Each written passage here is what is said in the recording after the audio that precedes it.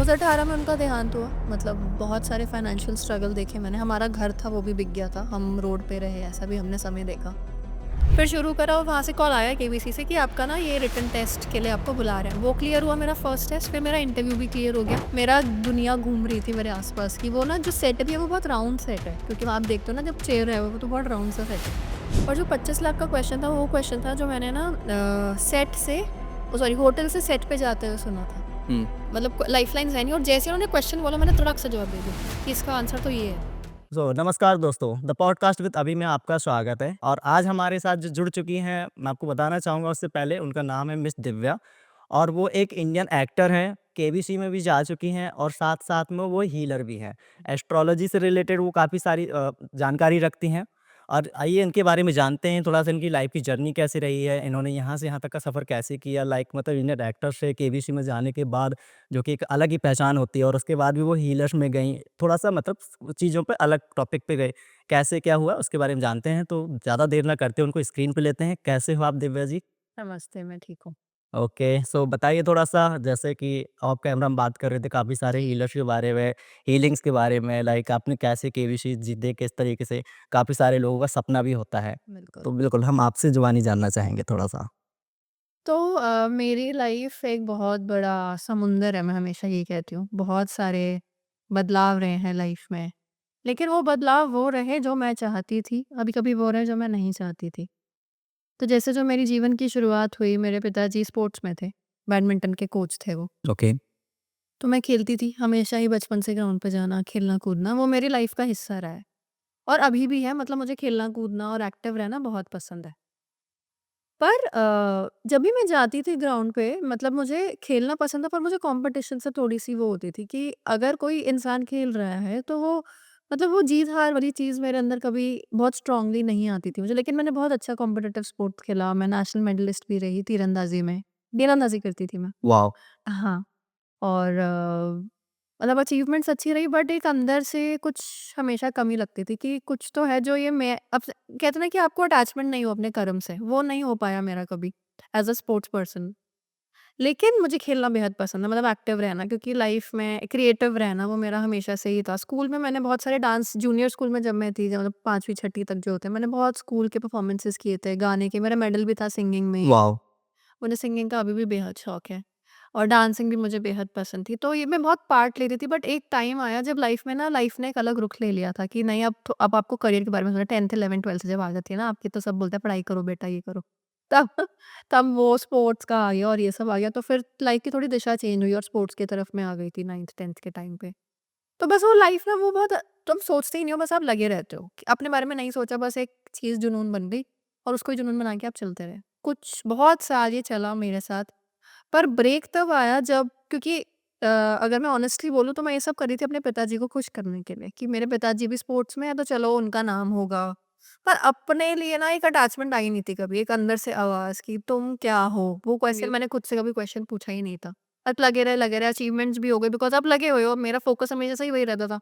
मैंने कभी कॉलेज में पार्टीज़ नहीं करी, मैंने कभी कुछ नहीं किया। मैं अगर सुबह 7 बजे कॉलेज जाती हूँ तो शाम को 6 बजे बस खेलना ही खेलना, यही रहता था, और स्कूल के दिनों में भी स्कूल से आना, खेलना, वापस आ जाना।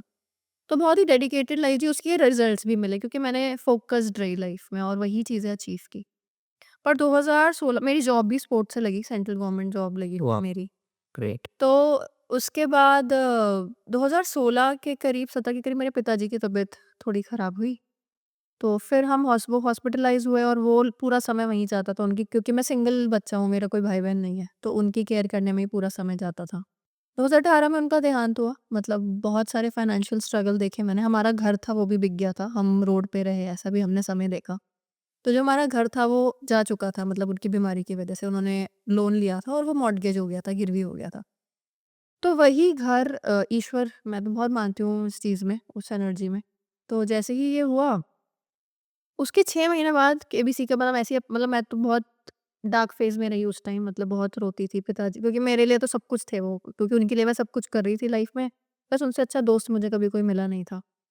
2019 में जून की बात है, मेरे पास एक कॉल आता है कि आपने केबीसी का एक टेस्ट देना है, तो वो मैंने दिया, वो फ़ोन पे कुछ क्वेश्चंस पूछा उन्होंने कि आपका सिलेक्शन हो गया लकी ड्रॉ में। मेरे को तभी तो यकीन नहीं हुआ कि ये क्या हो रहा है, क्योंकि मेरा तो माइंड ही तब मैं योगा में थोड़ी जुड़ गई थी। मम्मी ने बोला कि थोड़ा योगा करा कर, शायद थोड़ी ठीक रहेगी मेंटली। योगा से जुड़ गई थी मैं, मोरारजी देसाई से मेरी शुरुआत हुई योगा की। तो वहाँ पे जाती थी, गुरुद्वारे जाती थी, बस मेरा यही टाइम टेबल था उन दिनों में। फिर शुरू करा और वहाँ से कॉल आया केबीसी से कि आपका ना ये रिटन टेस्ट के लिए आपको बुला रहे हैं। वो क्लियर हुआ मेरा फर्स्ट टेस्ट, फिर मेरा इंटरव्यू भी क्लियर हो गया। ऐसे करते-करते मुझे बॉम्बे बुलाया गया। फास्टेस्ट फिंगर फर्स्ट जो होता है, जहाँ पे आप कंटेस्टेंट्स के साथ बैठते हो। किसी को भरोसा नहीं था, क्योंकि मैं स्कूल में जीके में फेल भी हुई हूँ। मैं कभी भी बहुत अच्छी स्टूडेंट नहीं थी, ऑल्दो 12th में मेरे 91% पता नहीं कैसे आ गए थे, बट बहुत बेकार स्टूडेंट थी। मैं खुद को ही बोलती हूँ कि मैं नहीं अच्छी थी पढ़ाई में। तो ये हुआ, और फिर जिससे 10,000 की भी उम्मीद नहीं थी, वो 25 लाख जीत के आई। ग्रेट। तो ये हुआ, प्लस वो तो बहुत ही वो बात है, लेकिन बच्चन साहब से मिलना, मतलब मैं शायद जैसे ही मेरा नाम बुलाया गया, मैं यूँ काँप रही थी कि ये क्या हो रहा है मेरे साथ? मेरा दुनिया घूम रही थी मेरे आस-पास की। वो ना जो सेट भी है वो बहुत राउंड सेट है, क्योंकि आप देखते हो ना जब चेयर है वो तो बहुत राउंड सा सेट है। मेरा सर घूम गया, तो मैंने कहा ये क्या हो रहा है मेरे साथ? ये तो मैंने सोचा भी नहीं था कभी कि मैं जीके में फेल होने वाली लड़की केबीसी में बैठी। तो ये तो मेरे दिमाग में ये चल रहा था कि आज तो मेरी बेइज़्ती होने वाली है। क्योंकि मेरे से कैसे कोई जीके की उम्मीद कर सकता है? बट उन दिनों में मैं एयर फ़ोर्स की तैयारी कर रही थी, जो कि हमारा घर की जो दिक्कतें रही थी, सब कुछ खत्म हो चुका था लाइफ़ में। मैं सोचा चलो कुछ मैं ही शुरू करती हूँ, मैंने एयर फ़ोर्स की तैयारी शुरू की, अब मैं ऑफ़िसर बन के दिखाऊँगी। तो उन दिनों मैंने जीके की पढ़ाई की थी, तो वही क्वेश्चन्स थैंकफुली केबीसी में आए, और जो मेरा 25 लाख का क्वेश्चन था, हुँ, मेरे 12-50 में सारी लाइफ़लाइन्स खत्म हो चुकी थी। मतलब मैं 12-50 ही जीतती अगर जीतती तो, या फिर मैं उससे भी नीचे आती। हुँ, और जो 25 लाख का क्वेश्चन था, वो क्वेश्चन था जो मैंने ना सेट से सॉरी होटल से सेट पे जाते हुए सुना था। हुँ, मतलब लाइफ़लाइन्स है नहीं, और जैसे उन्होंने क्वेश्चन बोला मैंने तड़ाक से जवाब दे दिया कि इसका आंसर तो ये है। मतलब मैनिफेस्टेशन की जो पावर है, वो ईश्वर ने मुझे तब दिखाई कि वो है। बस मुझे उस पावर पे तब से इतना भरोसा है।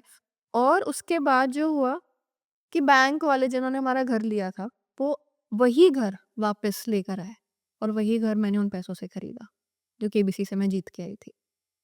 तो ऐसा लगा कि पिताजी गए, और वो ही उनकी जाने के बाद ऐसा लगा कि वही घर मुझे वापस वो देने आए हैं। मतलब मैं उन्हीं में मानती हूँ, और ईश्वर ने जो किया वो इन्हीं की वज़ह से ये हुआ। उसके बाद जैसे ही केबीसी खत्म हुआ, मतलब किसी ने मुझे बोला कि आप थोड़ा ना एक्टिंग में ट्राई करो, आपकी ना शक्ल अच्छी लगी टीवी पे। बस मैं उस दिन एनएसडी गई, ऐसे ही किसी ने बोला तो, और वहाँ पे मैंने शुरू की मेरी एक्टिंग। दिनेश खन्ना सर जो एनएसडी के टीचर थे, बहुत बढ़िया, अब तो प्रिंसिपल हैं वो। अ, वृंदावन में सिखाते हैं, बहुत बड़े थिएटर मेकर हैं वो। उनके साथ शुरुआत करना, जो इरफान खान के कभी टीचर रहे हैं, हुँ। उनके साथ शुरुआत करना बहुत बड़ी बात थी। तो वहाँ से मेरी शुरुआत हुई एक्टिंग जर्नी की, और मुझे मेरा पर्पस मिला लाइफ का, क्योंकि एक्टिंग मेरे लिए एक बहुत ही आध्यात्मिक प्रोसेस है। क्योंकि बहुत खुद से जुड़ी रहना ना, आप स्पोर्ट्स में रहे हो इतने साल, तो अचीवमेंट्स अचीवमेंट्स वो बहुत मैस्कुलिन एनर्जी हो जाती है। और मैं बहुत अलग इंसान थी, जिसके बहुत इमोशंस थे, जो बहुत कुछ बोलना चाहती थी, पर मैं बहुत साइलेंट किड रही हूँ, अभी भी बहुत साइलेंट हूँ मैं। लेकिन मुझे एक्सप्रेस करना इस तरीके से कहानियों के माध्यम से बेहद पसंद था हमेशा ही। पढ़ना बहुत पसंद था, फिल्में देखने का मुझे बेहद शौक है, और अब तो और भी ज़्यादा शौक है। इंडिया है कि मैं बहुत बड़ी फ़ैन हूँ। मतलब उनके साथ अगर मिल गया तो शायद मैं सब छोड़ दूँगी, और उन्हीं की फ़िल्म करनी है मुझे बहुत जल्दी से। और बहुत फ़ेवरेट डायरेक्टर्स हैं मेरे। Ravi is my top favourite, आपके भी होंगे? त्याज़ अली, वो तो है ही। क्योंकि एक्चुअली सबकी एक्टिंग और उनकी एक्टिंग तो स्टोरीज़ उनकी ना मतलब बहुत ही रूहानी होती है। राइट। सो जैसा कि आप कह रहे हो तो मतलब आपने बहुत सारी चीज़ें बताई। वहाँ से आप जो आपका चेंज हुआ मुझे लग रहा है कि जो क्वेश्चंस वाला था कि जहाँ से आपको मैनिफेस्ट हुई वो चीज़ देन वो वहाँ वो आपका चेंज था जिस मतलब वज़ह से थोड़ा-सा सुपर पावर में बिलीव होना, मतलब राइट। वो ब्रेक लगा, वो 2020 कोविड आया ना, तब इन चीज़ों के बारे में मैंने जाना, ये सब सुनना, भगवद गीता पढ़ना और ये सब। तो ये स्पिरिचुअल जर्नी जो एक्चुअली जुड़ी वो 2020 से शुरू हुई मेरी। करेक्ट। जब घर मिल गया अपना और ये सब, फिर मैंने कुछ हीलर्स ने मुझे, किसी ने मुझे बोला कि आप हीलिंग करवाओ, बिकॉज़ मेरे जो फादर के साथ जो इंसिडेंट हुआ था, तो मेरा दिमाग बहुत डिस्टर्ब था। किसी ने मुझे हीलिंग रिकमेंड की थी। हुँ, बट जब मैं अपनी हीलर के पास गई, उन्होंने मुझे बोला कि आप हीलिंग करवाने नहीं आए हो, आप हीलर बनने आए हो। पता नहीं उनको मुझ में क्या दिखा, कैसी एनर्जी दिखी कि तुम जीवन में सबको हील करोगी, जैसी तुम्हारी एनर्जी है, बहुत अच्छा ऑरा है। जो मुझे पता ही नहीं था कि ये शब्द होता क्या है, एनर्जी क्या होती है, ये क्या है? एनर्जी तो सब में होती है, मेरे में बहुत एनर्जी, मैं तो लाइक मैं तो बॉर्नविटा भी पीसी थी। तो बहुत एनर्जी है। तो ये हुआ, बट फिर मुझे पता है ना, ऐसा एनर्जी जैसी कोई चीज़ होती है जो आप लोगों को देख के समझते हो, और वो मुझे ना ऐसा होता भी था कि मतलब चीज़ें समझ आ जाती थी, लोगों को देख के मैं पहले ही समझ जाती हूँ कि कौन कैसा है। तो ये सब चीज़ें मैं बोलती नहीं थी, बट हाँ, वो भगवान ने शायद दिया होगा। तो इसको एनर्जी बोलते हैं, मुझे तब पता चला। वहाँ से जर्नी शुरू हुई। फिर वहाँ से मैंने मास्टर्स किया योगा में, एस्पेसा जो सबसे बड़ी यूनिवर्सिटी है योगा की, वहाँ से योगा की शुरुआत हुई। योगा को पढ़ा, पतंजलि योग सूत्र जाना, मतलब जो भी मेंटल हेल्थ से रिलेटेड योगा है। योगा मतलब मुझे लगता था कि आसन प्राणायाम कर लिए, सूर्य नमस्कार कर लिया, यही योगा है। राइट। पर फिर आधे से ज़्यादा लोग यही जानते हैं, यही पता यही पता है। फिर पता चला योगा खुद से जुड़ने की एक जर्नी है जो कि हुँ, नेवर एंडिंग है। आप आए ही इस जीवन में इसलिए हो। उसके बाद मेरा अभी कुछ ही साल पहले ताल्लुकात हुआ न्यूमरोलॉजी, एस्ट्रोलॉजी से। सबसे ज़्यादा जो मेरे करीब है एस्ट्रोलॉजी। हुँ, उसने मुझे बताया कि जीवन में पर्पस क्या होता है, लाइफ में, और विपासना मेडिटेशन में बहुत प्रेम है मुझे उससे, मेडिटेशन से। तो इन दोनों चीज़ों ने मेरी लाइफ की डायरेक्शन बहुत हद तक स्टेबलाइज़ की। मुझे बताया कि मेरा पर्पस क्या होगा लाइफ में, तो वो मेरा बेहद करीब चीज़ है। मतलब हीलिंग के थ्रू, मतलब लोगों को मैं शैडो वर्क के थ्रू और एस्ट्रोलॉजी के थ्रू हेल्प करती हूँ। ओके। सो तो जैसा कि अभी आपने कहा दिव्या, ये शैडो वर्क, तो मतलब क्या होता है ये शैडो वर्क, मतलब क्या चीज़ होती है? जी, तो मेरा एक ऑर्गनाइज़ेशन है जिसका नाम योर हमदर्द है। ठीक है। तो उसमें हम ये पूरा चलाते हैं कोर्सेज़ और शैडो वर्क का काम। हुँ, तो इसमें ये होता है कि शैडो आपका वो पार्ट है जो हम दुनिया से और सबसे छुपा के रखते हैं, और ये हमें भी नहीं पता होता कई बार। जैसे आपको आपके ना पैटर्न्स होते हैं कि आपको बचपन से ही किसी चीज़ से ट्रिगर हो जाता है कि किसी ने मुझे ऐसा बोला, ये नहीं सुनूँगा मैं। हुँ, वो ऐसे कुछ हमारे पैटर्न्स होते हैं, बट हमको लगता है कि हम हैं ही ऐसे।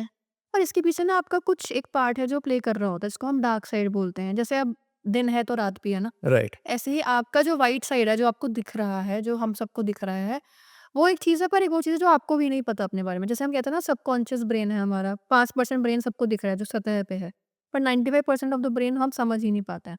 तो कार्ल जंग एक वो साइकोलॉजिस्ट और फिलोसोफर थे, जिन्होंने ये फिलॉसफी निकाली शैडो वर्क की, जिसमें कुछ क्वेश्चंस के माध्यम से, कुछ जर्नलिंग के माध्यम से, कुछ लिख के, ऐसे क्वेश्चंस पूछ के, जो पैटर्न्स हैं, उसकी वजह क्या है, खुद को समझा। और एक्टर्स के लिए और आर्टिस्ट के लिए तो बहुत ही अच्छा काम है ये, क्योंकि हम बहुत ज़्यादा स्ट्रगल करते हैं कुछ इमोशंस से हुँ, या किसी भी चीज़ से, तो आर्टिस्ट के लिए बेहद बहुत प्यारा काम है ये। मतलब मैं हमेशा बोलती हूँ, बहुत डार्क है, कभी-कभी हम बहुत उस चीज़ में चले जाते हैं कि मैं ऐसा कैसे हो सकता हूँ?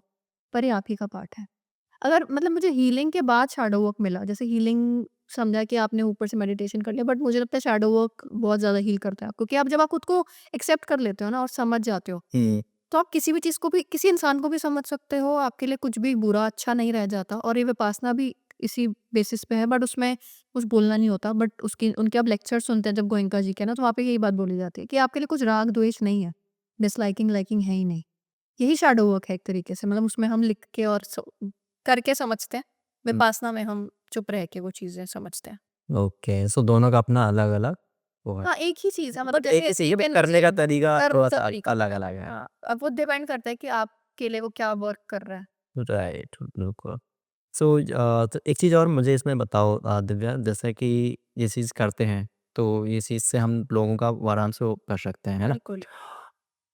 सो ये इसका क्या कोई कोर्स होता है, मतलब लाइक कैसे, मतलब ये क्या इंटर मतलब होता है ना कि लाइक आपके अंदर वो शक्ति है, वो एनर्जी है जिससे आप कर सकते हो, और एक होता है कि लाइक आपने स्टडी कर ली उसके अकॉर्डिंगली, क्योंकि काफ़ी आप हमको नहीं पता, मान के चलो एक ऑडियंस मैं हूँ, मुझे नहीं पता कि आप करते हो नहीं करते हो, आपने बोल दिया करते हो, या तो उसमें मतलब डिफरेंस क्या आता है कि एग्जैक्टली जो चीज़ें होती है ना वो कैसे मतलब पता चल सकता है? देखो, मैं एक चीज़ बोलती हूँ, जैसे ना लोग आजकल बहुत ज़्यादा मैनिफेस्टेशन, लॉ ऑफ अट्रैक्शन में लगे रहते हैं कि हम कुछ मिल जाएगा ऐसे। मैं उस चीज़ में मानती हूँ कि आप अगर अपनी एनर्जी को, अपने कहते हैं ना धर्म, कर्म और अर्थ, तो अगर आपको अपनी लाइफ में पैसा चाहिए या रिश्ते आपके खराब हैं या कुछ भी अगर खराब है, तो आप एक बार अपनी एनर्जी जैसे आप हो, हुँ, क्योंकि हम बहुत ज़्यादा वक़्त अपना जो गुज़ार देते हैं, स्पेशली आज, क्योंकि आप आज हमारे पास बहुत डिस्ट्रैक्शन है। हम इंस्टाग्राम पे हैं, हम सोशल मीडिया पे हैं, जहाँ पे हमें लोग ही दिख रहे हैं।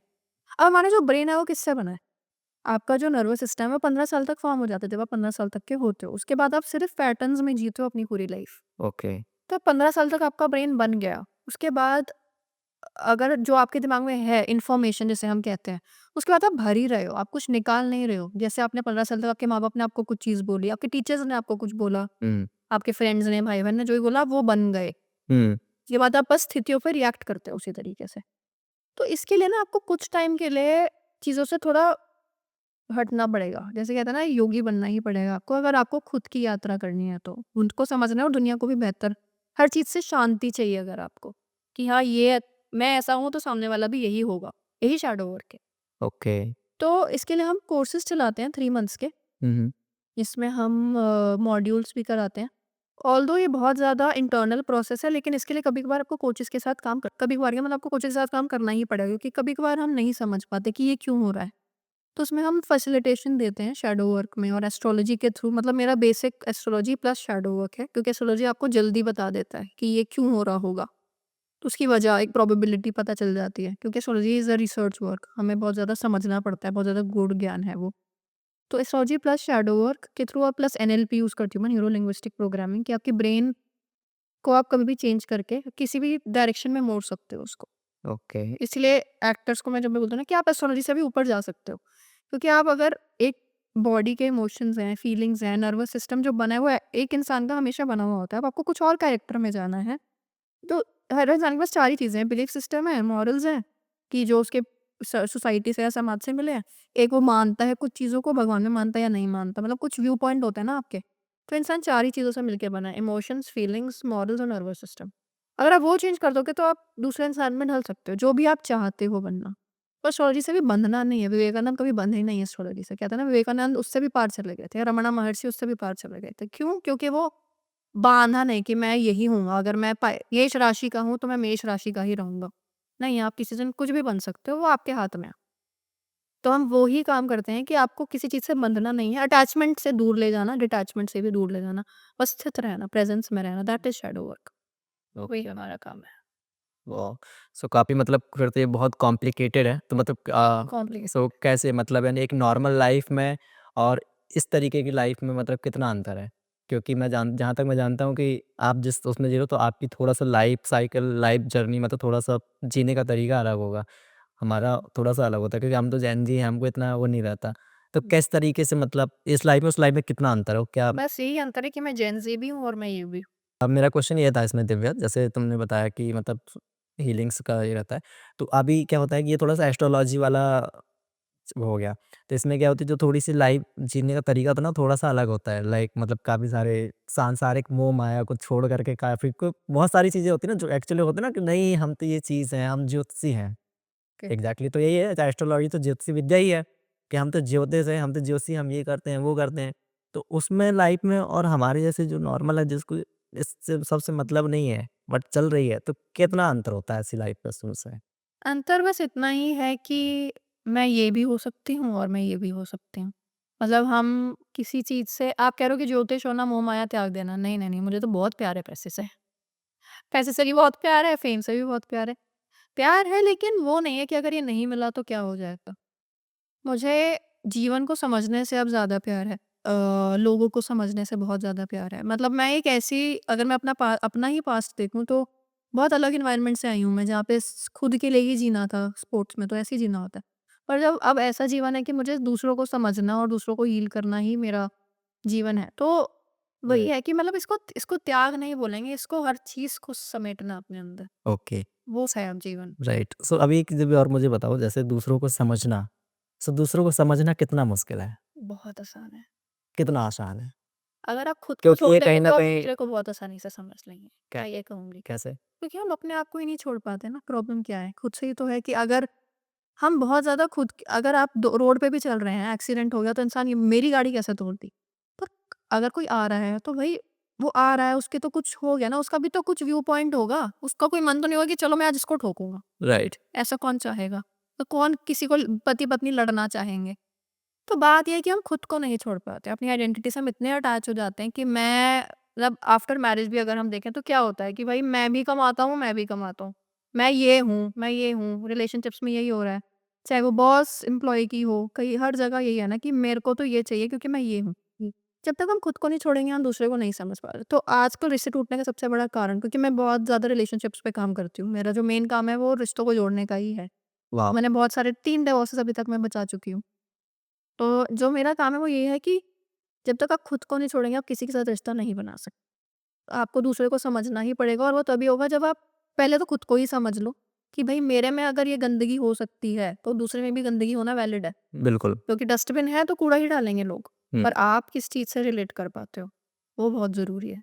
तो अपने आप को समझना है, अपने आप को समझ के छोड़ देना, और फिर दूसरे को समझना, वो इसलिए को हार्ट चक्र ओपनिंग कहते हैं, कि अपना जो आपका हृदय है वो तभी खुलेगा जब आप अपने आप को दूसरे को समर्पित करना सीखोगे और उसको लेना सीखोगे। यही रिश्ता है, रिलेशनशिप क्यों बोलते हैं उसको, कि नाव है भाई, चलानी तो 2 लोगों को ही पड़ेगी, अकेले तो आप डूबोगे ही।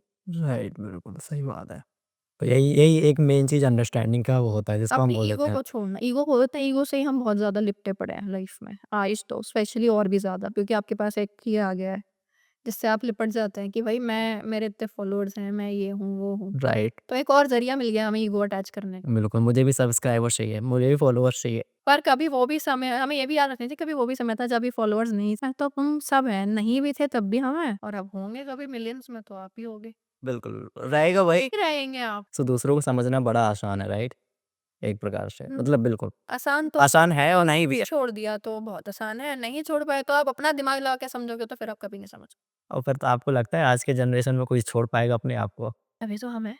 बिल्कुल, बिल्कुल छुड़वाने में ये हेल्प करेंगे हाँ, आपका। बिल्कुल, बिल्कुल। बहुत ईज़ी है लाइफ़, बहुत प्यारी है लाइफ़, बहुत अमेज़िंग है लाइफ़, उसको भरपूर जीना चाहिए, बहुत घूमना चाहिए। मैं लेकिन हमेशा लोग क्यों नहीं जी पाते? क्योंकि आज के मैंने देखा है मतलब क्योंकि मोस्टली ना अगर मैं देखूँ या काफ़ी है ना, ठीक है, मतलब बोल देंगे बट वो अंदर से कभी वो होते नहीं है एग्ज़ैक्टली। बहुत सारे आज के टाइम पे इतना स्ट्रेस है, डिप्रेशंस है, रिस्पॉन्सिबिलिटीज़ है कि भाई बंदा वो चीज़ें करना है, तो नहीं हो पाता वो चीज़, तो फिर कैसे मतलब? देखो, मुझे ऐसा लगता है, बिकॉज़ मैं एक्टिंग फ़ील्ड में बहुत लोगों को समझ पाती हूँ और बहुत कैरेक्टर्स को समझ पाती हूँ, तो मैं ये देखती हूँ कि लोग ना बहुत ऊपरी ज़िंदगी जीते हैं। मतलब वो गहरा होना नहीं चाहते। हुँ, क्योंकि वो, उनको लगता है कि भई पार्टीज़ कर ली, हँस खेल लिए दोस्तों के बीच में, या फिर ये सब ऐसा कर लिया तो यही जीवन है। हुँ, लेकिन एक पॉइंट, मैं मानती हूँ मज़ाक बहुत बहुत अच्छी चीज़ है, बहुत अच्छे से आपको सब कुछ करना चाहिए, सब खाना-पीना सब करो, दोस्ती अच्छी रखो। बट ये है कि एक पॉइंट पे आपको वो ज़रूर करना चाहिए कि मैं क्या हूँ? क्या मैं वो जी पा रहा हूँ? क्योंकि आजकल ना सबसे ज़्यादा इश्यूज़ जो मैंने देखे हैं, वो लोगों को नींद नहीं आती रात को। बहुत ज़्यादा इश्यूज़ हैं नींद ना आने के, लोगों को भूख नहीं लगती, डाइजेशन इश्यूज़ हैं। तो यानी कि कुछ ना कुछ तो डिस्टर्ब्ड है। स्पेशली आफ्टर कोविड ये चीज़ और बढ़ गई है, कि ये चीज़, क्योंकि ये मुझे लगता है कोविड एक बहुत वो आध्यात्मिकता को लाने वाला टाइम था, कि अब जाग जाओ, अब तो बहुत हो गया, कि अब प्रकृति से जुड़ो थोड़ा। तो अभी लोग बहुत ट्रैवल कर रहे हैं, मैं देख रही हूँ, और ये सब जुड़ाव आ रहा है, अब अपनी तरफ लोग आ रहे हैं। पर फिर भी वो बाहर से हो रहा है, मतलब जो बदलाव आ रहा है ना, कि भाई मतलब जो सोशल मीडिया वाइज़ बदलाव देख रही हूँ मैं, लोग बात करना शुरू कर रहे हैं अब। लेकिन एक अपने अंदर की खोज जो है वो बहुत ज़्यादा मिसिंग है अभी, मतलब अपने अंदर गहरा उतरना। उसके लिए आपको शांति तो चाहिए ही होगी। सो अभी मैं एक चीज़ और आपसे पूछूँगा दिव्या जी, ये हीलिंग्स क्या होता है? हुँ। और हीलिंग्स के बारे में थोड़ा-सा आप बताओ और मतलब किस तरीके से हम मतलब हील करते हैं लोगों को हुँ, और क्या इम्पैक्ट होता है लाइफ का हुँ, और क्या हुँ, इसके आज के टाइम पे जेन ज़ीज़ में भी बहुत सारी चीज़ें होती हैं like hmm, fake and reality वाला भी हो जाता है। हुँ। तो किस तरीके से कैसे हो तो बताओ? देखिए, आप जितनी भी हीलिंग के नाम ले सकते हैं, मैंने सारी हीलिंग सीखी है, टू बी ऑनेस्ट। मतलब प्राणिक हीलिंग सीखी है, मेरे को साउंड हीलिंग के बारे में पता है। पर अब उन सब का अगर मैं निचोड़ बताऊँ किसी भी, मतलब ये है क्या हीलिंग एक्चुअली? असली हीलिंग जो होती है, मतलब क्योंकि मैंने सब करा है, तो उसके बाद जब मैंने इन चीज़ों को समझा, कॉन्शसनेस को, एनर्जी को, तब मुझे समझ आया कि हीलिंग का मतलब, अगर आप एक सिचुएशन से निकल भी गए बाय चांस, जैसे अगर आपने सोचा कि चलो अब मैं रेकी करवा लेता हूँ। उसके बाद क्या? मतलब मैं मानती हूँ आपकी एनर्जी थोड़ी चेंज होती है, थोड़ा चक्रा बैलेंस होते हैं, लेकिन आपकी लाइफ में सिचुएशन उससे बड़ी भी आ सकती है, आ सकती है ना कोई भी सिचुएशन। तब आप बार-बार एक हीलिंग मोडालिटी में नहीं जा सकते। मतलब वो एक वो तरीका नहीं है जो आप एप्लीकेबल हो लाइफ में रो हमेशा ना। हुँ, तो इसके लिए मैंने कुछ सोचा कि क्या मैं ऐसे ही जीवन गुज़ारना चाहूँगी? मतलब मेरे लिए एप्लीकेबल नहीं था, और ना ही मैं चाहती थी कि मैं लोगों को ये तरीका दूँ। तो मेरे लिए हीलिंग का मतलब है अंडरस्टैंडिंग। कैसे? सबसे बड़ा जो कर्व बनता है, वो ओशो ने भी बोला ये बात, वो आपकी वाणी से बनता है। मतलब अगर आप अपनी बहुत ज़्यादा स्पीच को कंट्रोल कर लें, यानी कि अपने थ्रोट चक्रा को मेनली बैलेंस कर लें, तो आपके बहुत सारे कर्म ठीक हो सकते हैं। अगर आपका ये कर्म ठीक हो गया, तो ऑफ कोर्स किसी को आप हर्ट नहीं करोगे। आप किसी को हर्ट नहीं करोगे अपनी वाणी से, तो वो कर्म नहीं बनेगा। तो उस किसी सामने वाले को हीलिंग की ज़रूरत नहीं है। और अगर आपकी जो थ्रोट है वो बैलेंस है, यानी कि आप अपनी बात को रख पाते हैं उस तरीके से जिससे सामने वाला समझ पाए, और आप खुद भी अपना प्रस्ताव रख पाते हैं, तो आपका थ्रोट चक्र, यानी कि आपका वो सबसे बड़ा कर्म जो हीलिंग बन के लिए यूज़ होता है, वो नहीं होगा। उसके बाद आती है अपने आप को समझने की जो जर्नी है, जिसको हम सोलर प्लेक्सस चक्र या स्वाधिष्ठान, स्व यानी कि मैं, अधिष्ठान यानी कि मेरा जो अधिष्ठान है, जिसके लिए जो मैं कर्म करने आया हूँ। उसको आप समझ गए, तो आप कर्म भी वैसे ही करेंगे अपने से रिलेटेड, जिसको हम मूलाधार चक्र कहते हैं ना, सोलर प्लेक्सस। मैं क्या हूँ? मेरा आधार क्या है? सोलर प्लेक्सस सॉरी मणिपुर होता है, मूलाधार यानी कि रूट चक्र, यानी कि मेरा जो आधार है वो क्या होगा इस जीवन में, उसको मूलाधार चक्र कहते हैं। जो लोग हील करते हैं, आजकल बहुत ज़्यादा डांस फॉर्म्स आ गई हैं मूलाधार चक्र को हील करने के लिए, तो वो होता है। तो अपने आप को जब समझ के चीज़ें करेंगे ना, मूल आधार जो मेरा आधार है वो क्या होगा मेरी एनर्जी के हिसाब से, मैं कैसा हूँ, मेरे इमोशंस कैसे हैं, मेरी फीलिंग्स कैसी है, उस चीज़ को समझ के, खुद को समझ के कि सभी एक जैसे हैं, क्योंकि सभी को कुछ ना एक ही जैसी चीज़ चाहिए लाइफ में। अगर मैं एस्ट्रोलॉजी करती हूँ तो सबको 4 चीज़ों में ये क्वेश्चन होते हैं, या तो रिलेशनशिप, करियर, हेल्थ, या फिर प्रॉपर्टीज़, ये सब कैसे बनेगा, ये सब चीज़ें होती हैं। राइट। सबकी क्वेश्चन ही अगर ऑलमोस्ट सेम है, तो सबको चाहिए भी एक जैसी चीज़ ना, सबकी नीड ही एक है कि हमें कुछ चाहिए। तो जब सबको एक ही चीज़ चाहिए वो है एक्सपेंशन, मतलब मैं कैसे आगे बढ़ सकूँ या कैसे किसी चीज़ से बाहर निकल सकूँ, वो खुद को समझ के ही हो। खुद को समझा, मूलाधार को जाना अपने कि मैं क्या हूँ।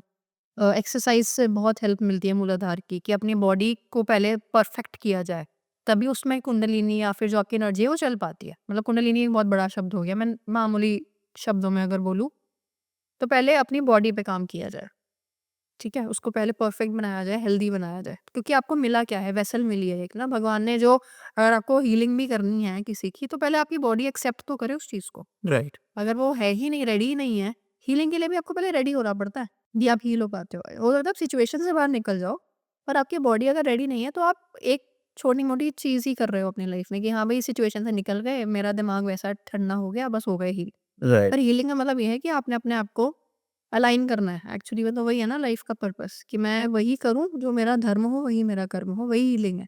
राइट। तो पहले मूलाधार पे अपनी बॉडी पे काम किया, फिर अपने स्व अधिष्ठान, यानी कि आपने जो आपके जो लाइफ का पर्पस होगा, उसमें जिसे हम शक्ति बोलते हैं, जो शिव और शक्ति होती है, तो शक्ति हमारी स्व अधिष्ठान में ही होती है। तो वो आपकी हेल्प करती है, क्रिएटिव फोर्स जो बहुत फेमिनाइन एनर्जी है, जो बहुत स्त्रीत्व वाली एनर्जी है, जहाँ से, जिसको हम वूम्ब एनर्जी भी कहते हैं, जहाँ से बच्चा एक जीवन लेता है, राइट। वो स्व अधिष्ठान में लेती है, क्योंकि वहाँ पे माँ हमेशा अधिष्ठान लेती है कि मैं तुझे लाऊंगी इस दुनिया में। स्व अधिष्ठान वो होता है। फिर आता है आपका मणिपुर चक्र, यानी कि सोलर प्लेक्सस, यानी कि आप में उस चीज़ को जान क्या भरेगा, जो तेज देगा वो आपका पर्पस ही होगा।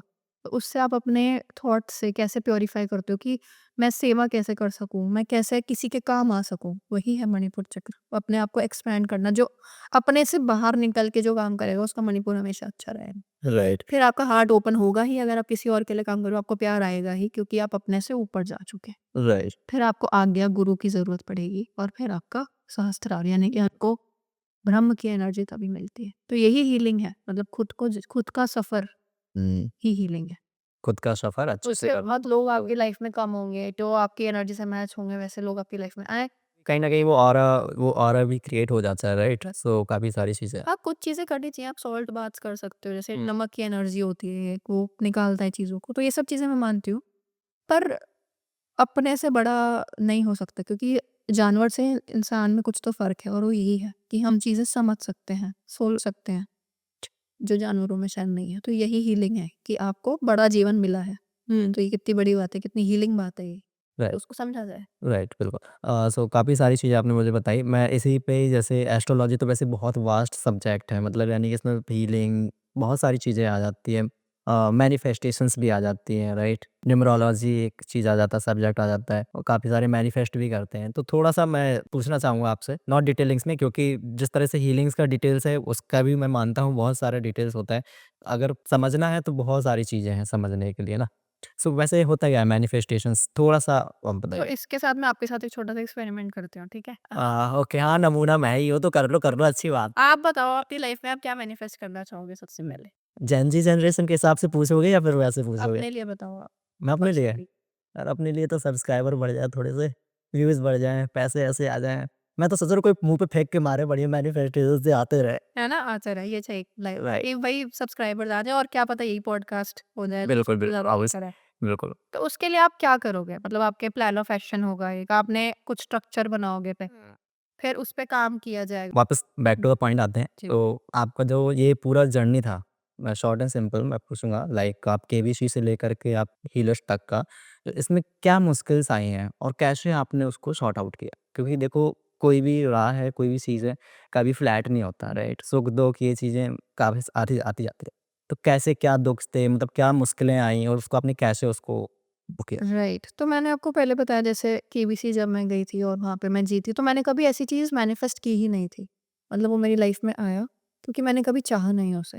मतलब कि मैं उससे अटैच नहीं हुई कभी भी किसी भी चीज़ से। जैसे अभी मैं चाह रही हूँ कि नहीं मैं ये फ़िल्म कर लूँ, मैं इस डायरेक्टर के साथ काम कर लूँ, तो वो सोचने से नहीं होगा जब तक मैं कर्म नहीं करूँगी वैसा। मतलब आपका मूलाधार जब तक एक्टिव नहीं होगा, आपके आपने वो चीज़ बीज डाला ही नहीं अगर उस हुँ, पेड़ का, हुँ। तो कोई भी चीज़ काम नहीं आ रही। मैं बैठे-बैठे विशफुल थिंकिंग नहीं कर सकती कि भई कल मुझे ये मिल जाए। आपको कर्म करना पड़ेगा, फिर उसके उस स्व अधिष्ठान यानी कि अधिष्ठान लेना ही पड़ेगा उसका। तो मुश्किलें यही आई मेरी लाइफ़ में कि मैंने मुश्किलें कुछ नहीं आई, मेरे तो हर चीज़ के लिए एक लेसन ही रहा है, मुझे कभी भी लाइफ़ मुश्किल नहीं लगी। लेकिन आज के जब टाइम में आता है ना क्योंकि पता है मुश्किल कब लगता है हमें चीज़ें, जब हम उसको 35 एमएम लेंस से देखते हैं। 70 एमएम लेंस से देखेंगे ना बहुत छोटी है, बहुत छोटी चीज़ हो जाती है वो। मतलब मैं हमेशा अपने क्लाइंट्स को भी ये बोलती हूँ, अगर लाइफ में कोई परेशानी आई ना या आपको कुछ हर्ट करे किसी लाइफ में, तो उस चीज़ को वैसे देखो जैसे आप उसको 5 साल बाद देखोगे। हुँ, वो नहीं पता चलेगा, वो खत्म हो जाती है वो चीज़। पर हाँ, उससे लेसन ज़रूर लो कि क्या है। तो मेरी लाइफ में मुश्किलें ऐसी आई कि मतलब बहुत मुश्किल लाइफ जी है मैंने, जैसे मैंने आपको अभी बताया। बहुत सारी प्रॉब्लम्स देखी, सब कुछ देखा बट उसने मुझे कुछ दिया ही है, तभी मैं आपसे आज बात कर पा रही हूँ, तभी मैं ये सब चीज़ें बता पा रही हूँ। तो वही है मेरा बैंक बैलेंस, ये वाला जो अंदर वाला बैंक बैलेंस है वो बढ़ा और उसने मुझे वो चीज़ दी जो मैं लोगों को आज हेल्प कर पा रही हूँ। तो राइट। मुश्किलें तो बहुत कहीं न कहीं ये एक डेस्टिनी थी, एक ये अपने चीज़। फाइंड करना एक मेरा बहुत बड़ा वो था, मतलब एक एथलीट से एक एक्टर बनना, हुँ। वो एक बहुत बड़ी जर्नी थी। फिर एक अब इस चीज़ और सबसे बड़ी चीज़ है कि खुद को खुद जानना को और जाना खुद को और उसको आपको मतलब क्या क्योंकि बहुत सारे रोड ब्लॉक्स होते हैं ना, मैंने कितने एक्टर से सुनते हैं उनके घर वाले सपोर्ट नहीं करते हैं, हाँ। ये है वो है, बट मैं आज 17 फिल्में इसीलिए कर पाई क्योंकि मैंने किसी से पूछा नहीं और मुझे कोई नहीं बोल सकता कि आप मतलब कोई नहीं बोल सकता मुझे क्योंकि वो मेरा और वो मैनिफेस्टेशन का पार्ट है। जब आप करोगे ना आपको कोई रोक ही नहीं पाएगा। हुँ। You will be unstoppable. Okay, so जैसे आपने बस कहा उसको आप रिफाइन कर सकते हो, जैसे सोना तप के रिफाइन होता है ना, वो बिल रिफाइन कर सकते हो आप रोज़। बिल्कुल, वो एक प्रकार से स्किल को जैसे तराशते हैं थोड़ा-सा चीज़ों को। सो अभी आप जैसे कह रहे हो आपने 17 फ़िल्में आपने की हैं, तो मतलब क्या उसमें से अच्छी मतलब टॉप कुछ बताइए जो मैं नॉर्मली इस देख चीज़ को सकते हैं? कभी नहीं भूलना चाहूँगी। मेरी सारी फ़िल्में मेरे बेहद करीब हैं और ओके। इतनी करीब हैं कि मैं बताऊँ बिकॉज़ वो मेरे शरीर का अब हिस्सा हो चुकी हैं, मेरी एनर्जी का हिस्सा हो चुकी हैं। मैंने हर तरीके के रोल्स किए हैं। हुँ, हुँ। मैंने सबसे परफेक्ट रोल कौन-सा रहा है? लाइक मतलब किस रोल में आप जचते थे? मुझे सारे रोल बेहद पसंद हैं। मेरे मतलब उस चीज़ से तो मैं अटैच्ड हूँ। अपने काम से मुझे बेहद प्यार है क्योंकि मेरा एस्ट्रोलॉजी भी यही बोलती है कि इसको काम से बेहद प्यार है। तो काम से तो मुझे बेहद प्यार है और मेरे सभी रोल्स मेरे फ़ेवरेट हैं बट हाँ, एक मैंने बताया जैसे डायरेक्टर मेरा फ़ेवरेट है, वैसा काम मैं ज़रूर करना चाहूँगी उनके साथ। तो जब भी इम्तियाज़ सर के साथ टाइम मिला ऑल्दो बहुत बार मिल चुकी हूँ मैं सिर्फ़ उनसे ये आप मैनिफेस्ट करते हो? नहीं, छोड़ रखा है। वो होगा ही होगा या नहीं भी होगा तो मुझे पता है मैं वैसी ही हूँ। सो क्या लगता है अगर मैनिफेस्ट करेंगे तो हो मतलब मैं उनकी हीरोइन ऑलरेडी हूँ अभी अपनी लाइफ़ में। मैं वैसे ही जी रही हूँ देन जैसे उनकी हीरोइन्स होती है। तो मुझे मैनिफेस्ट करने की ज़रूरत नहीं है। जब आप वैसे ही होते हो, अगर आप पेड़ हो तो आपको हवा से आप हिलोगे और अगर आप डॉगी हो तो आप भौंकोगे ही ना। That is your nature. तो nature responds to your energy. तो मैं जो हूँ वो मुझे मिलेगा ही। मुझे अटैचमेंट नहीं है बट मुझे पता है अगर मैं वो हूँ तो वो नहीं भी मिलेगा तो क्या? जैसे आप किसी को गंजा बोलते हो, अगर वो गंजा है तो उसको बुरा लगेगा, अगर वो नहीं है गंजा तो क्यों बुरा लगेगा? तो जो मैं हूँ मुझे मिलेगा ही, मुझे उस चीज़ की कोई टेंशन नहीं है। पहले बहुत लाइफ़ में ये वाली स्ट्रेसफुल लाइफ़ जी है कि ये क्यों नहीं हो रहा लाइफ़ में, ये क्यों नहीं हो रहा? हुँ, दिस इज़ नॉट वो आपकी एनर्जी का हिस्सा नहीं हो सकता कभी फिर। ओके, जब आप समझ जाते हो लाइफ़। राइट। और एक चीज़ और दिव्या क्वेश्चन मैं आपसे पूछूँगा ये जब आप केबीसी में गए, लोगों ने देखा, जाना, उसके बाद लाइफ़ में क्या चेंजेस हुए? कुछ चेंजेस हुए? आस-पास का एनवायरनमेंट मतलब एक कैसा हो? बहुत हाँ, मतलब केबीसी ने बहुत तरीके से लाइफ़ चेंज की मेरी। बहुत समय अभी भी इनफैक्ट कभी-कभी कभी ओपनिंग होती है, कुछ होता है, तो रिबन कटिंग कटिंग के लिए चले जाते हैं और कैमरा इंस्टॉल करना, ऑटोग्राफ्स देना, ये सब बहुत किया है। बट अब वही है मतलब वो भी ना सैचुरेट हो जाता है एक टाइम के बाद। तो ठीक है, मिला वो भगवान की वज़ह से मिला, मैं उस चीज़ को वो नहीं मानती क्योंकि वो मैंने कभी एक्सपेक्ट ही नहीं किया था। इट्स लाइक लॉटरी लग जाती है ना जब किसी की, तो लॉटरी अपॉर्च्युनिटी। थी। हाँ, तो वो मैं उसको वैसे लेती हूँ कि भगवान ने दिया। तो उसके बाद से काफ़ी सारी चीज़ें आपकी चेंज हो गई। मतलब एक प्रकार से जो बोलते हैं कि थोड़ा-सा वहाँ से होकर के फ़ेम चेंज हो जाता है, थोड़ा-सा ऊँचे स्थान पे चले जाने के बाद ना राइट। और काफ़ी लोगों के तो यही होते हैं कि एक सपना बन जाता है कि बच्चन जी से मिलना है, जबकि ईज़िली काफ़ी लोग तो उनके सा हुँ। तो कैसा था मतलब नेचर मतलब? और ये आप मुझे एक चीज़ और बताइए उसमें जहाँ पे जो सेटअप वेटअप लगा हुआ था किस तरीके क्या ओरिजिनल था? क्या प्रॉपर्ली सारी चीज़ें रियलिटीज़ थी? बिल्कुल रियलिटी, सब कुछ रियलिटी होता है। और जो कोई चेक नहीं कि फाड़ के आपको देते हैं क्वेश्चंस मेरे को तो लगता है मेरे को प्लीज़ पहले क्वेश्चन्स बता देना उसके बाद मैं बैठूँ। पर ऐसा कुछ नहीं होता है, आपको ओके। लाइव ही होता सो ये स लाइव होता है तो ये है लाइव। स्क्रिप्टेड होता है या अनस्क्रिप्टेड होता है? नहीं, नहीं स्क्रिप्ट मेरे टाइम में तो स्क्रिप्टेड नहीं था। नहीं होता स्क्रिप्टेड मतलब। ऐसा राइट। कुछ भी नहीं होता और सब कुछ लाइव ही क्वेश्चंस थे। सब कुछ लाइव हुआ था, फास्टेस्ट फिंगर फर्स्ट भी लाइव था। बस आपको वो थोड़ा-सा प्रैक्टिस कराते हैं फास्टेस्ट फिंगर फर्स्ट की क्योंकि वो मशीन्स की आदत नहीं होती आपको। ओके। और जो अमाउंट मिलता है, जो वो चेक फाड़ के देते हैं साइन करके, तो वो क्या रियल मतलब होता है, वो असली चेक होता है? फ्री में यही तो जानने वाली बात है, थोड़ा-सा मतलब मतलब टीडीएस तो कटता ही है क्योंकि नहीं सरकार भाई तो पैसा तो बट वो चेक असली होता है ना, मतलब मिलता है ना चेक, कि ऐसा तो नहीं है ना कि वो ऑफ कैमरा के बाद रख लेते हों, मिलता है, चेक तो मिलता है। है ना? ये काफ़ी लोगों के डाउट होते हैं, एक्चुअली मेरा ही डाउट था। अब आप जाना चाहेंगे अब आप मैनिफेस्ट करेंगे उससे। मैं अगली बार मैं अरे! इंटरव्यू लूँगी फिर। पहली बात तो मैं इतना लंबा सफ़र क्यों करूँ? मैं तो मैनिफेस्ट करूँगा वो पद डायरेक्ट ही आ जा। हाँ, पैसा आ जाए वो डायरेक्ट ही आ वहाँ क्यों जाना? वहाँ क्यों जाना है? सो काफ़ी सारी चीज़ें आपने मेरे को बताया। मैं last but not not the least मैं इस चीज़ों को पहले सब थोड़ा-सा कर देते हैं समराइज़। काफ़ी सारे हमारे ऑडियंस ने जाना चीज़ों को कि हीलिंग्स और कैसे सपोर्ट का होता है, क्या मुश्किल्स होती हैं, दूसरों को कैसे हम समझ सकते हैं, दूसरों को समझना कितना आसान है। क्योंकि कहीं न कहीं अगर ये चीज़ वर्ड होता है ना कि आप समझो, तो कई समय मैं समझ तो रहा हूँ, कैसे समझूँ और? बट कहीं न कहीं वो नहीं समझ पा रहा होता है। तो मेन रीज़न यही है कि आप कैसे समझो क्योंकि खुद को थोड़ा-सा छोड़ोगे तो खुद को एग्ज़ैक्टली करके आप चीज़ों को करोगे ना, आइडेंटिटी। राइट? बिल्कुल, ईगो आ जाती है बीच में, काफ़ी सारी चीज़ें आ जाती हैं, तो कैसे उसको सॉर्ट आउट करना है ना? और एक बॉलीवुड की लाइफ़ लाइक आप केबीसी गए, क्या नज़ारा था, क्या चीज़ें एक्सपीरियंसेस भी आपने शेयर किए, राइट? सो एक चीज़ और मुझे बताओ लास्ट क्वेश्चन है, उसके बाद हम फिर वाइंड अप करेंगे। ये जैसे जो बॉलीवुड में जैसे आप गए, केबीसीज़ वगैरह गए, आपने मतलब किया, ठीक है? तो उसके बाद जो वहाँ का जो एक रियलिटी होता है, एक जैसे डार्क ट्रुथ हम कह सकते हैं, रियल ट्रुथ कि हमको दिखाया कुछ और जाता है, होता कुछ और है। तो ऐसा क्या मतलब चीज़ था? क्या वो एक्चुअल में है वो चीज़ कि मतलब वहाँ का जो रियलिटी है और जो हमको मतलब कैमरे के पीछे और आगे का जो होता है कि हमको सामने कैमरे कुछ और दिखा रहे हैं, पीछे कुछ और है। कैसा क्या मतलब कुछ था डिफरेंस? अभी हमारा पूरा पॉडकास्ट इसी बात पे हुआ है कि नहीं, उस चीज़ हाँ, हाँ। हम अपनी शैडो साइड को बहुत छुपाते हैं। राइट, हर किसी की डार्क साइड होती है राइट। और मैं इस सो चीज़ को ऐसा भी मतलब नेग्लेक्ट क्या था? मतलब कि मतलब ऐसा तो कुछ भी नहीं दिखा टू बी ऑनेस्ट वही ना क्योंकि मैं सरफेस लेवल पे चीज़ें देख रही थी। मुझे नहीं पता कि कैमरे के वहाँ पे क्या होता है बट इन एक्टिंग फील्ड मुझे पता है कि हर तरीके के लोग आपको लाइफ में भी मिलते हैं। लोग कहते हैं ना कि एक्टिंग फील्ड में लोग ऐसे होंगे बट मुझे आईएएस लेवल पे जब लोग तैयारी कर रहे थे मुझे वहाँ भी ऐसे लोग मिले जैसे आप एक्टिंग फील्ड में बोलते हो। ओके। देखिए सिमिलैरिटी तो इस फील्ड में ऐसे लोग मिलेंगे वो आपकी ही मेंटालिटी जैसी होगी, आपकी एनर्जी जैसी आप वैसे ही काम कर रहे हो। राइट, ऐसा नहीं है कि रेपिस्ट सिर्फ़ उस फील्ड में होता है, यहाँ नहीं होता। रेपिस्ट कहीं भी हो सकता है या एक मर्डर करने वाला कहीं भी हो सकता है। राइट, उसके लिए आपको बॉलीवुड की का टैग की ज़रूरत नहीं। वो हमने ना बस क्योंकि दिख रहा है सरफेस लेवल क्योंकि मीडिया में ऐसा उछाला गया है। और क्या पता आपके घर में ही कोई मर्डरर बैठा हो। राइट। तो हम बस इसीलिए उस चीज़ पे लगे रहते हैं क्योंकि हमें दिख हो रहा है। मतलब वही है तो अपनी एक चीज़ एक्सेप्ट नहीं कर रहे तो दूसरों पे ब्लेम करना, प्रोजेक्शंस करना बहुत आसान होता है। तो राइट, इसीलिए वही शैडो वर्क है कि अपनी प्रोजेक्शंस को पहले ठीक कर लो, दुनिया वैसी ही है जैसे आप। राइट एंड आपने काउंसलिंग भी आप करते हो राइट? लाइफ कोच भी आप करते हो।